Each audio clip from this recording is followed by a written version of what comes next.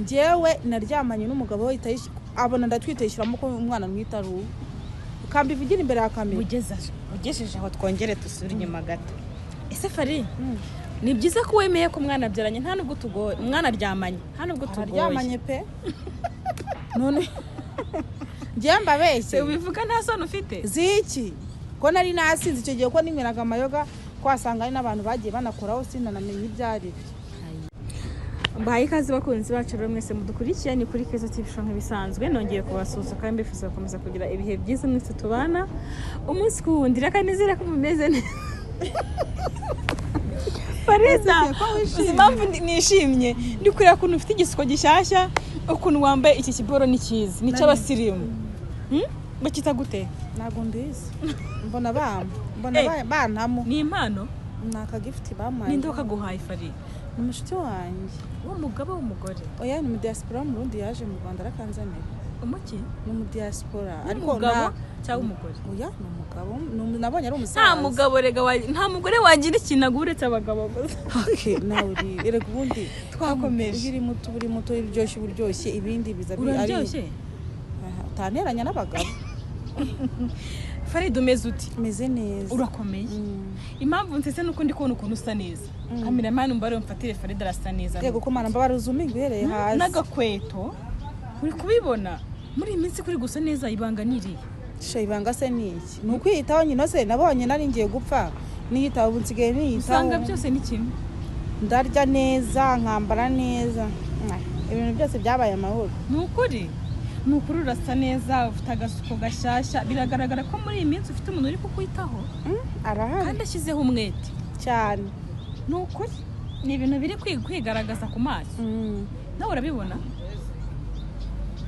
ndaho nitawe rega ubundi umugore agiye kubyara abagomba gusa neza inda yanguye neza ntiyanguye nabi rero shamana ntacyo nagushinja pe ntacyo utakoze abifuje ko mfa sinapfuye ubu ndamahoro ndagurumana nk'umuriro meze neza umwana ameze ate mu nda ego ku mwana wanjye ameze neza agakobwa kanjye kari gukina mu nda nta kibazo warakize ubu meze neza urumva narakize rwose Imana ishimwe rero ugiye bakagusenga cyane munsi nasenga mfite n'abafana basigaye bansengera umunsi ku wundi saa 11 mfite umamagara saa 10:40 n'umamagara saa 12:40 mugasenga tugasenga ndabashimira cyane kandi abakumbuye Imana ishimwe hanyuma rero impamvu nagutumije kabyaramwe hari umuntu twaganiriye bya Lucky byo ni birebire Lucky ntago ndongera guhura nawe nari nzi ko muzahura mukaganira ariko yarabyanze kugeza uyu munsi Lucky ntaranyemerera kuba yahura nta kuntu byanga burundu ahubwo akakomeza akabyanga mpaka ibyo wifuza nta kintu bintwase urabona nsa nabi kwa ko nari kumwe nawe reka umugabo ntabwo bisobanuye gusa nabi Lucky bugiye hirya ngo nduzaze narabyaye ubanze umenye ukura ari umwana ari wagaragazaga ko umukunze aka kanya ubaye cyo uri kuvuga ngo najye hirya njyewe ndi isabuni leta ntago ndi isabuni ita leta ngiye nkunda umuntu nkunda utankunda nkamureka ukunda uvuguta ego isabuni ka leta nise kuvuze ngo urareta kuvuga ibishago kandi turi mu biganiro guys mutubabarire dore nikazi bizanye ibintu byo kuvugutanga igifuro kikaza nge naga ari igifuro cyiza uravuze ngo urareta njyewe ndareta rwose bameze neza nyine ureta habaye iki sibura habaye umvugisha ibishego kemba bari yaga kunogonora ndabihera ukinda bayi kunogonora hano etopfa yanza byanwana nje tayajeje igihe mbabarira hori cyaraguye Yesu kemba bari ibyo tubireke twakomeje impamvu nyamukuru yatumye rwose nguhamagara ntago ari Lucky we yarabyanze avuga ko atifuza kuzongera guhura nawe wenda igihe nikigera akabyemera ubundi nifuzaga yuko nyine watubwiye ukuri kwawe atubwira ukuri kwe twifuzaga kumenya hagati yanyu nyine uvugisha ukuri kandi nta kundi twabimenya keretse muhuye ko muri babiri rero we yarabyanze ngo nta cyifuzo no kureba no kukureba naho uvuye ntifuza kuhareba erega njyewe kereka nkubwiye kuba Lucky yaba ari mu buzima bwanjye ni byiza narabivuze pe ndanabyifuza kuko nsigaye mvuga nazindaye mwihanganira ijwi nk'iry'abagabo nta kindi kibazo mfite urumva ariko no kuba adahari sha ntacyo ndi guhomba raki ntuzicare n'umunsi n'umwe we wumva yuko ngo kuba ngiye fani nagufite kuba ntakubona kuba ntari ngo uje inshingano z'umugabo wita ku mugore utwite ntubizi ahubwo yaba wagendaga burundu nta kintu bimbwi n'ubu hari ni byiza n'ubu utanari nabwo ntuteze kuzabona nza kukwinginga ngo ngwino we nubona ko wibeshye uzaza iby'imboni zitwereka bya buri gihe hari igihe bari ibinyoma uko ubona umuntu ugasanga atari kwa meza kandi icyo nzi cyo rakaranze usibye kwijijisha no kwirega ahubwo wowe nyogosengesha nako yada nere kwiteranyiriza ubusa ikintu rero cyatumye nguhamagara ubwo Lucky tube tumuretse nashaka kugira ngo muhure wenda azatubwira Faride rero urabyibuka ko wahakanye yuko umwana utwite ari uwa Lucky wavuze ko ari uwa Lucky ahubwo se nzabihakana nzabikomeza urongera unahakana yuko video Lucky yatubwiye yabonye muri telefone yawe ko yabeshye ejo bundi nabanye n'ikiganiro ese ureka nkubaza njyewe buretse utubwira ko video yabonye muri telefone yawe uri kwereka umuntu video uvuga ko yabeshye mbo nyuma hari umubyeyi waje hano turaganira sinari muzi mu mama w'inzobe rwose mwiza cyane ubona w'umusirimu nasirimutse ariko umugore ugenda mu modoka ye agize ngo abayoroheje imodoka wahise umumenya se sinakirebye ikiganiro umusibe jora mbo umumama atubwira ikibazo arambwira ati rwose njya mbona uganira na Farida nje hano kuri kamera aricyo kintu kinzanye niko se Farida uriye niwe mugore watwaye umugabo ibyo twarabimenye uriye ni wa mugore mwari muturanye uribuka muganga kuvura ngiye mbashaka kugira ngo twibukiranye ibintu byose ku murongo muganga kuvura yavuze ko no muri comment hano barabyanditse yavuze ko umuntu wakugiriye nabi ari umugore watwariye umugabo akaba ari nawe waguteye nari mfuye ke icyo kivaho none nyiru umugabo watwaye umugabo ubundi se muri make arifuza iki numvishe ngo abana nibakigaburirwa ngo nibakijya kubera wowe njyewe se muri business yanjye yari bwabo umugabo afata imodoka byibuza akagenda akarangura n'amakesi natata kayanzanira ngaho mbwira ndumva ikiganiro barakirebye gira icyo uvuga ku bintu byose yatubwiye icyambere avuze ko wamusenyeye kandi muri inshuti ari abakiriya bawe mbabarundebere ndi hafi kubyara ubu ngubu koko nta n'imbaraga mbafite usibye kwihagararaho bya gisirimu cyabyo by'ubutoya by'amaraso mashyashya urumva ubu urambwira ngo numvisha avuga n'ibintu bya buki n'iki uyu we n'umugabo we ngo muri mu kwa buki utwita umukobwa kandi umugabo yifuzaga kubyara umukobwa none uramutwite uzi nabwira uriya mubyeyi se mbere yo kumvuga ibindi byose wenda nareba kino kiganiro ndabizi asigaye kureba pe nakireba azakurikiza uko anzi sibyo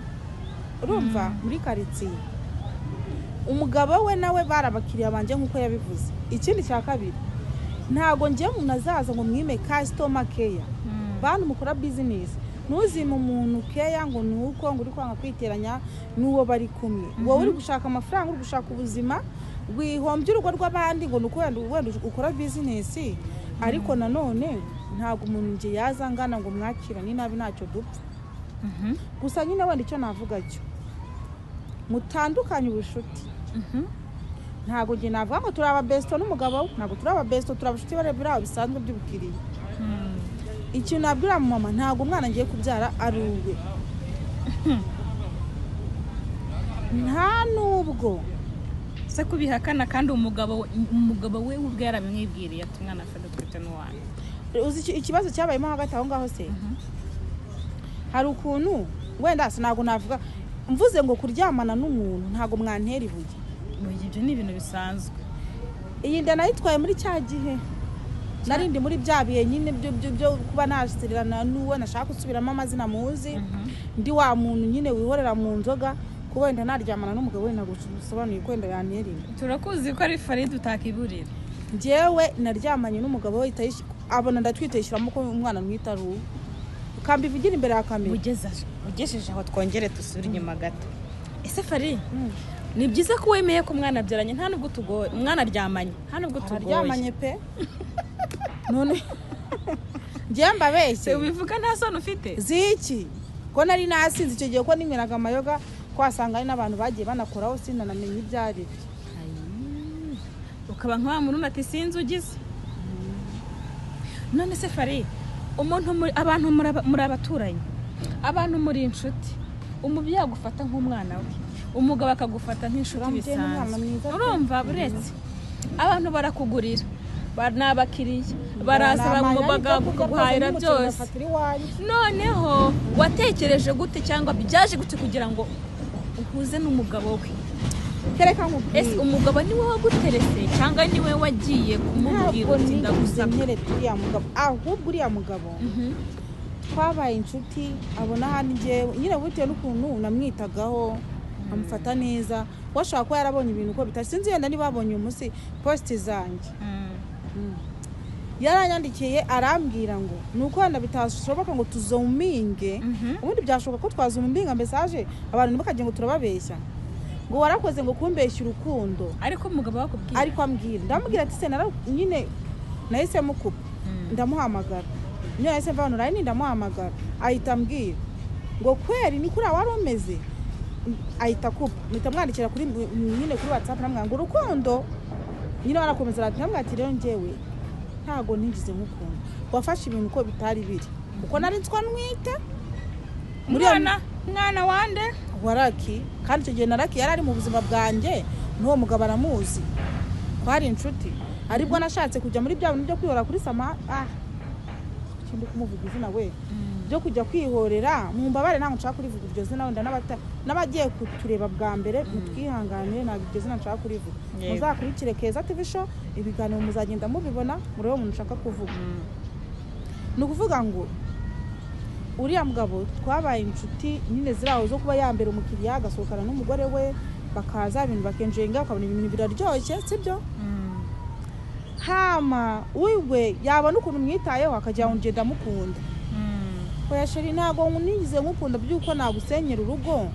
nkuko nabibonye ngo murubone bimeze ita ku bana bawe ite ku muryango wawe njyewe urabizi ndi umugore ushoboye kwirwanirira none se Fari waryamanye n'umugabo ugamije iki turyamana mva mbwira ukuntu byagenze naragiye inja ahantu ntago ndi buhavuge ko ntago ngiye nshinzwe kwamamariza abantu njyana njya kwinywera agacupa muri cyagiye ninyweraga inzoga nirwa nigendera ndi mu bagabo b'abashuti banjye biraho ariko wa Farida ntago ari wawe ubu ngubu aramamagara arambaza ngo uri hehe byambwiye ngo ndi ku Gisozi kuva Kimisagara rero ujya ku Gisozi ntago ari ahantu kuri hari ahantu njya nkunda kujya gufata agafi n'akabyeyi inshuti yanjye ibintu umugabo yankuriye no kuri iyi si ya Nyagasani umugabo uriya mu mama yagukoreye ibiki twaranywe turanywa ibindi ntumbaze nagiye kubona mu gitondo mbona tubyuka ese Fari nta kintu na kimwe nari ngamije nta wumve ko byageze naho ngewe uriya mugore yagiye aza guhaha akanyaka ibintu nkamubwira ko bidahari kubera isoni abantu mudukurikiye mwumve ikiganiro cya Farida neza kubera ko ni ukuvuga ngo tubwiye ko mwasanye wamusanze ku Gisozi we yaraguhamagaye we yarahagusanze yarambaje ndamubwira aransanga ariko kwansanga ntago namubwiye ngo ngwino ndebe cyangwa ngambwire ngo agiye kuza kundeba we navuze ahantu ndi yumva arahazi ngiye kurambura umunangiziwe ubwo urumva ko we yakugezeho murasangira ko buri kose niwe wishyuye fagitire y'ibintu mwakonsomye ibyo tubireke uranyweye urasinze niba Farida ku myaka yawe tutazi niba ushobora gusinda uri umubyeyi ugata ubwenge ku buryo usinda ntumenye arabuta utari koke wagiye uri waretse nkasoza ko nsubiza wenda we ko wahiriwe wenda muri gusinda ni ibisanzwe ntago ari igitangaza uretse ko nta n'umugore utwite usinda kiragiye nyine nari nyifite ka gasamosamo none uranangiye urwaye se uretse niba ushobora kuba uko waba umeze kose ariko turi kukuvuga nk'uko tukuzi Farida niba ushobora kuba wasinda ku kigero cy'umuntu agutwara ntumenye aho waraye ntumenye aho agutwaye niba wagiye ku igare ntumenye niba wagiye kuri moto mukanaryamana bugacya ugashiduka wambaye ubusa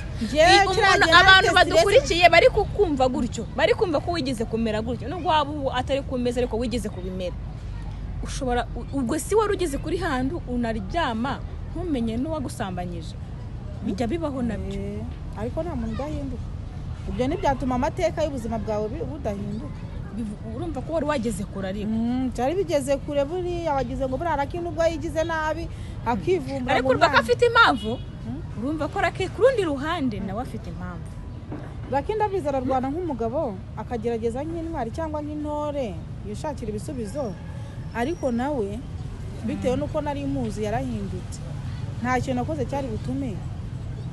ariko n'ikintu kiri kuntangaza akantu ka videwo kari gucicikana ka videwo ngo ngiye nohereza nyinda ngo noherereze umugabo uriya mubyeyi umva mw'abantu muri mama n'umumama ukuze pe umugabo ashobora kuba ari mukuru wenda bajya kungana ntabwo ari umubyeyi waza ko hano kuri kamera ngo abeshye avuga ko amagambo nk'aya abivuga abeshye ukiri mutoya cyane rwose utaramenya ko ari n'umugabo wiwe umuto w'umusore pe nicyo wamukundiye oya ntabwo nigeze mukunda ku buryo shamana hanze mw'abasore ko muharira ko mubizi ko munireta kwera ubu najya kwandavura none nkasenyera mugenzi wanjye kandi wumva tayari warabikoze ese ko nararyamanye n'umugabo we bye by'impanuka bitateguwe ibyo ni ibintu umuntu wese azi impanuka zimaze kubaho kangahe zimeze gutyo nta mpanuka yindi irambaho bya Samantha byo byari intambara byo guhangana kuryamana ntabwo mvuga Samantha oya uko biri kose urumva ko impanuka zihora zikugwaho ariko zikagusigura amahoro ntabwo ashaka nari mpfa muri iyi minsi ahubwo uriya mugore natanye umwami na nyina hanyuma ugahakana ko umwana atari uwe gute rero kandi mwararyamanye se kuba twaryamanye bisobanuye ko umwana ariko njye twaryamanye ntwite uwo azibarira igihe twaryamaniye n'igihe umwana agiye kuvukira azambwira ariko mw'abantu mwumva koko wa mugani Fari uzi ko hari igihe njye nyeberwa Raki nawe ugeze kuvuga ati Farida afite imitima ibiri kandi ari mu mabara yose njye hari igihe mba mbona nkabona rwose wabaye umwana mwiza nkabona wahindutse mwumva naragushyigikiye ariko igihe kimwe uragenda ugakora ikintu cy'ikidego ukadutungura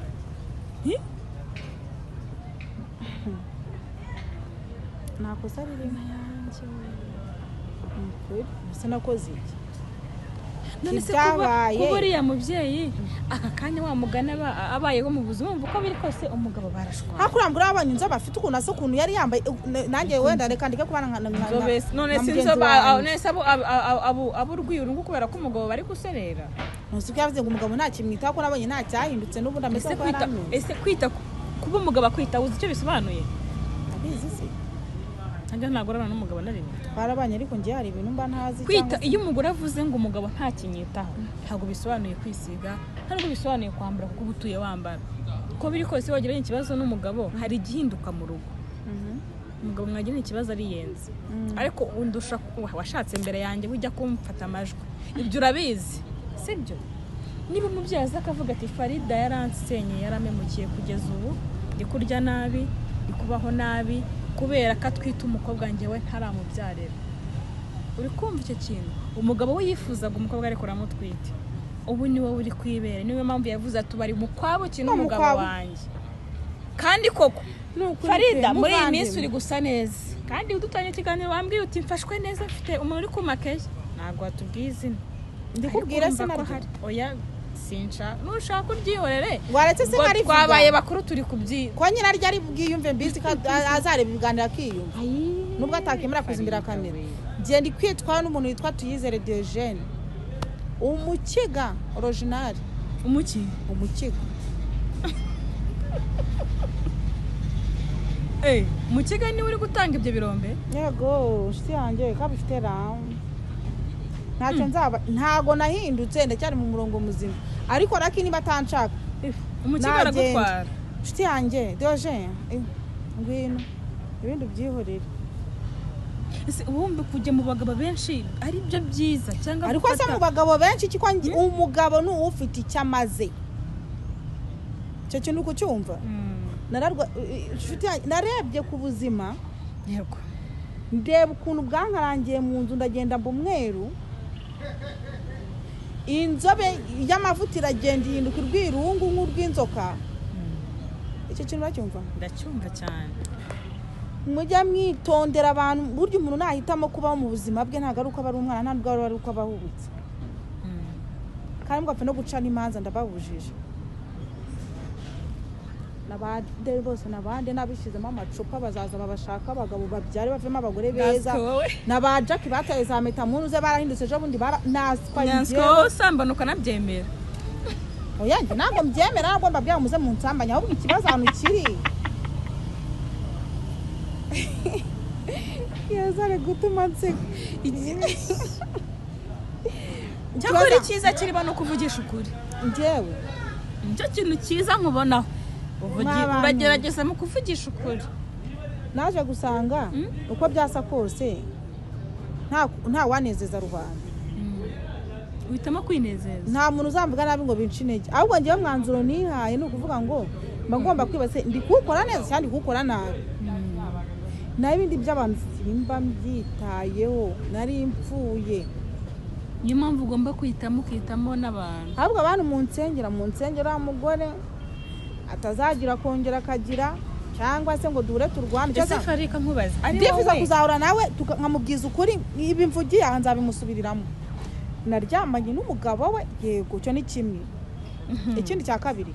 twaryamanye ntabizi nasinze ikindi cya gatatu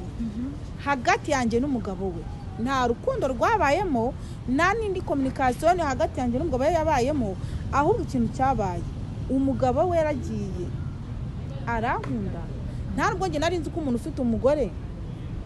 ashobora gukunda undi muntu kurande bigakunda ariko menya nta n'urukundo rukibaho birakunda ibyo ni ibisanzwe ntabwo njye nari mbizi iragiye arankunda nyivuniramo nyuma yo kunyivuniramo aragenda nshyira mu mutima indani uzashyiremo bibiriya mwanya wo kunshyiramo ko nanjye inzoga zaransagutse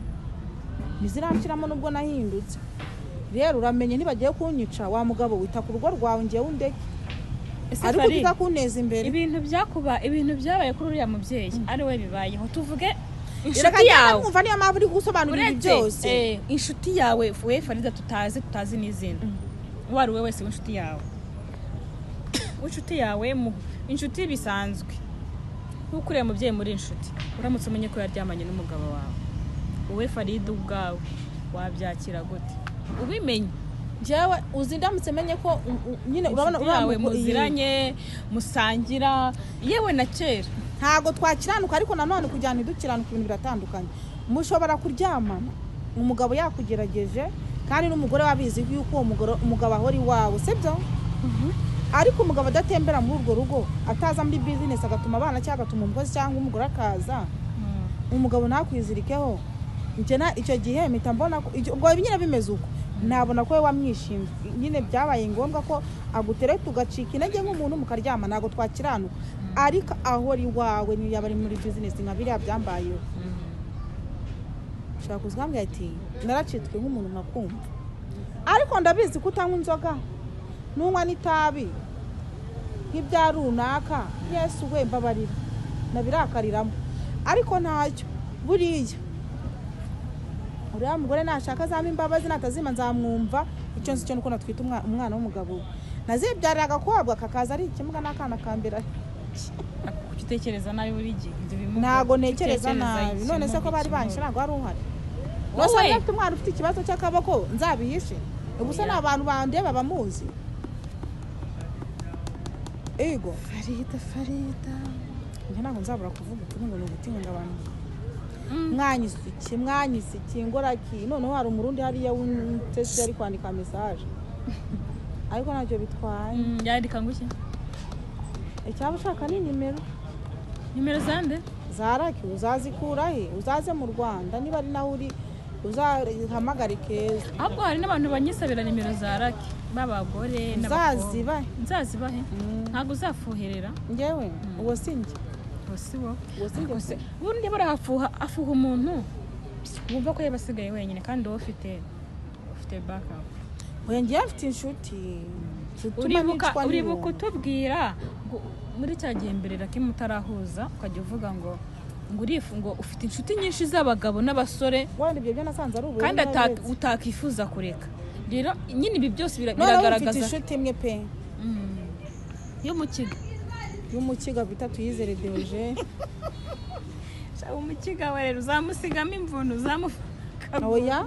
abaharitse urabona muri iyi minsi twibereye mu bihe bitatworoheye hanze aha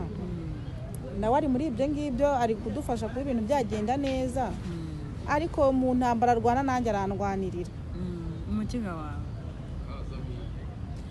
nawe tuyizere rero sinkuzi nanjye tuyizere yankuye kuri Keza TV show niho yagutereteye ntabwo ariho yanereteye niho yaje kumfashiriza niho yamenyaza kumfasha yagufashije gute kutambwiye ibyo bintu ko ari bishyashya yaguhaye iki yarakuremeye nawe rero ntabwo ibintu byose ari imbere ya kamera njye tuyizere simuzi nubwo mbyumvise nibwo bimbwiye umuntu arakuremera ntunavuga ati nyamuneka buriya hari ikintu bandemeye cya gihe ntacyo tuyizere amahirwe masa ariko uriya mubyeyi yambwiye ko yifuza ko muzahura mukaganira nanjye nahise mbyifuza hari ibibazo yifuza kukubaza gusa arababaye nanjye narabibonye no mu maso ye pe ariko nambaza nzamusubiza rero kuba byonyine umuntu yemera ko yaba yarahuye n'umugabo wundi noneho umugabo kubera iki umugabo ahamiriza ko umwana ari uwe abwira umugore we kandi wowe uvuga ko atari none se wowe n'umugabo ntabwo umugore niwe umenya papa w'umwana njyewe umwana wanjye ni uwarage azabyemera azabireke niyo naba ndishyano rimeze bite ntabwo nayoberwa papa w'umwana wanjye n'ubwa mbere ngiye kubyara se rero ngo wakirigiswa na benshi ntamenya wamusekeje yewe dusoza ibiganiro njye kwinyarira ndi kwicira umwana nshaka kunyara arakara numvise ku bantu bakunda kubyara abana bafite ibi bibi ngiyo bya mwana ufite ikibi ngo watinze kunyara umutwite akababoka nanshaka kujya kunyara genda utazabyara umwana ufite ikibi ukandenganya ngo rero reka dusoze sibyo reka dusoze hano ikiganiro tuzasubira ubutaha